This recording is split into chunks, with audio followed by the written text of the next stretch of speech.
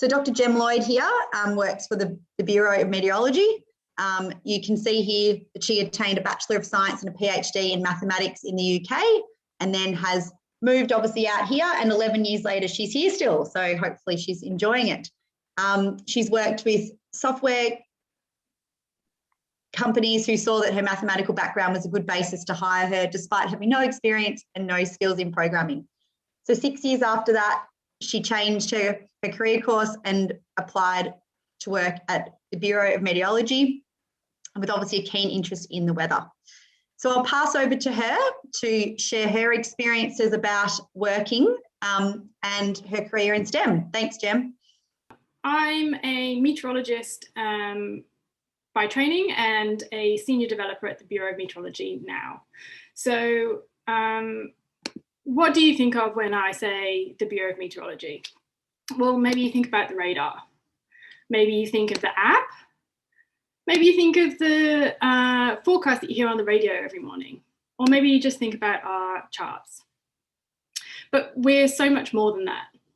We look after the climate record. So we have climate scientists, we have technicians and observers taking observations around the country. So this is a Stevenson screen. We have technicians that look after the radars as well. We also provide marine forecasts, and those include general swell and wave forecasts for boating, but also sea surface temperatures and tsunami warnings. There's the opportunity to go to the Antarctic as a forecaster, technician, or observer. We have a space weather section, which is increasingly more important the more we rely on electronics these days. We also provide aviation forecast services and volcanic ash advisories, which I'll come on to a little bit more later. We have a large team of researchers that develop better ways to serve the public and various other partners and customers. We have meteorologists who go out and work with customers. So the top image there is when I visited a site, a winery, spoke to the vintner there and worked together with him to tailor a service to mitigate their frost risk. But probably the most important of our partners are the emergency services. So we work really, really closely with loads of different emergency services and other partners as well. So the SES, the fire services, we work with DELP for things like prescribed burns, and health departments for heat waves and epidemic thunderstorm asthma, that kind of thing. So how did I get here? Well, at school I was a bit nerdy and I loved maths and I loved science, and I was really unsure about what to do at university. So I applied for lots of different courses at lots of different universities in the UK, but all of them were focused on science and maths. In the end, I ended up at Manchester doing maths and physics, but in partway through, I realized that physics really wasn't for me and it was all about maths. And I think everybody, or lots of people say, well, that's really impressive, well, you must be so smart. But after that, there are two types of people. There's the first type that says, what can you even do with that? Is it just research? And then on the other side, there are people that say, you can do anything with that, but they give you no specifics. So what do you do once you finish a degree in maths? That's a really tough one. And I did more study. So I did a PhD, and I got to wear a ridiculous outfit for graduation, which was kind of fun.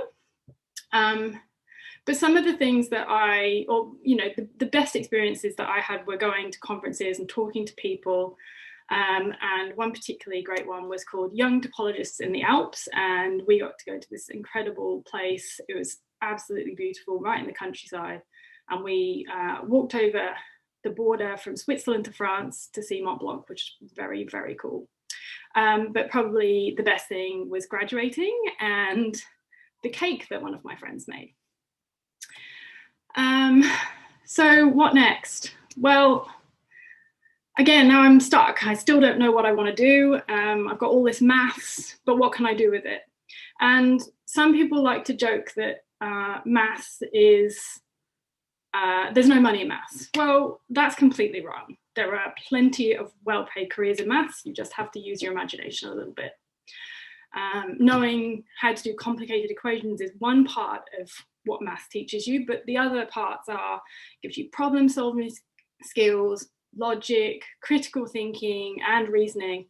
It also teaches you how to work with people, and it also teaches you how to work by yourself. So it covers so much ground. So when I moved to Australia after my PhD, I needed to find a job, and I didn't want to buy loads of work clothes. I didn't have all that much money. And so I thought, what can I do that means I can just go to work in jeans? Well, it seemed to me that there were two options. One was research, and I really didn't want to do that. And the other was software engineering.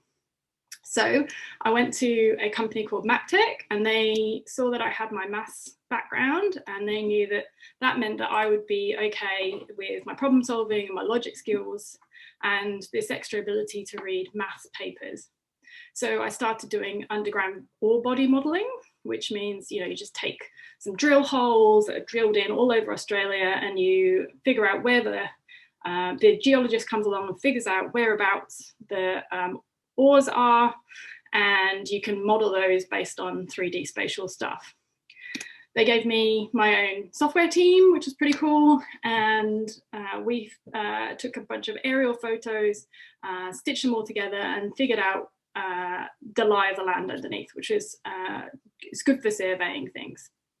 But the best part of that was flying these really big model aeroplanes around a field and seeing what they did and controlling them all on a tablet that we had built. So after that, I got as high. I was the highest technical woman in the company, and didn't seem like there was much career progression. So I decided to change tack completely and study meteorology. So I joined the Bureau of Meteorology, did what we call the MET course. It's a 9-month training program that you do after you've done your degree in some kind of science. You make so many amazing friends, and you learn a whole lot. So what do you learn? Well, you learn all about how the physical processes that govern the atmosphere and therefore our weather.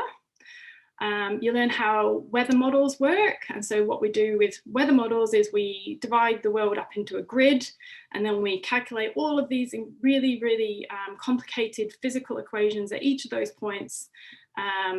And actually they're just estimates. So that's why sometimes we get it wrong. So we estimate everything at those points, and then we get a weather model, 3D space weather model. We also learn a lot of things called conceptual models, and that really is breaking up weather elements into smaller phenomena. So thunderstorms, cyclones, cold fronts, so that we can check when we get our models that they are actually making sense and the results that we're getting are sensible. So people ask me, are you a weather girl? Well, no, but I have been on TV. This is me on landline. Not all weather presenters are meteorologists, but some are. Most operational meteorologists spend time presenting weather to the public, be that on the radio, on TV, briefing other customers such as pilots or emergency services. So a lot of our job is about communication and talking to people who don't necessarily have the same level of understanding of meteorology that we do. So what does forecasting in the Bureau of Meteorology give you? Well, like I said, a lot of it is communication. So we do quite a lot of Twitter. We do a lot of radio. There is always the opportunity to go to the Antarctic, which is pretty cool.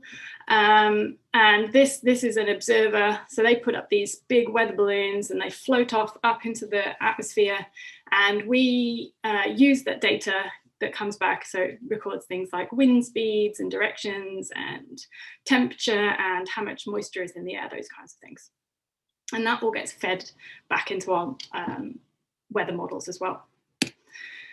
Okay, so I moved from forecasting into volcanic ash, modeling volcanic ash dispersion, and that's really important for our aviation industry.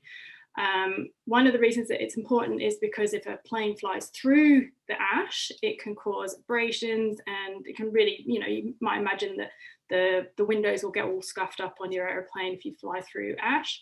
But worse than that, it can affect the engines on a plane, because they're very, very hot, and the ash can melt inside and cause problems with the way they work. So it's really, really best if planes avoid this, and one of the ways that we help them do that is by putting out advisories where we think the ash is going to go. So obviously ash falls out of the atmosphere over time, so it's not just a case of it always stays there and we have to figure out where it goes, but we do a combination of kind of weather modeling and ash dispersion and kind of mash those together. So how do we do it? Well, we have numerical weather prediction models, and there's an example there on the left.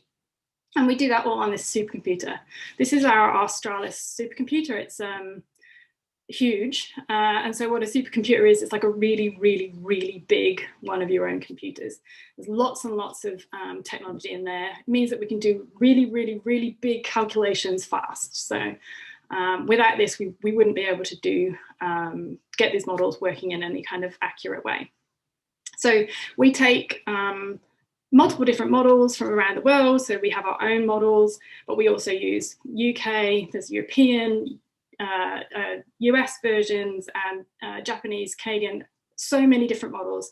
And we can compare them all and see how they're all tracking over us and come up with a kind of probabilistic, the most likely scenario of what we think will happen on any given day. The Bureau is a great place to work. We have a really great diversity portfolio. We work closely with Indigenous people to create Indigenous weather knowledge calendars. We hold Pride events and International Women's Day, that kind of thing. So careers at the Bureau, if you want to join, feel free to email me if you want any advice, but most of what you need is on our careers page. Thanks.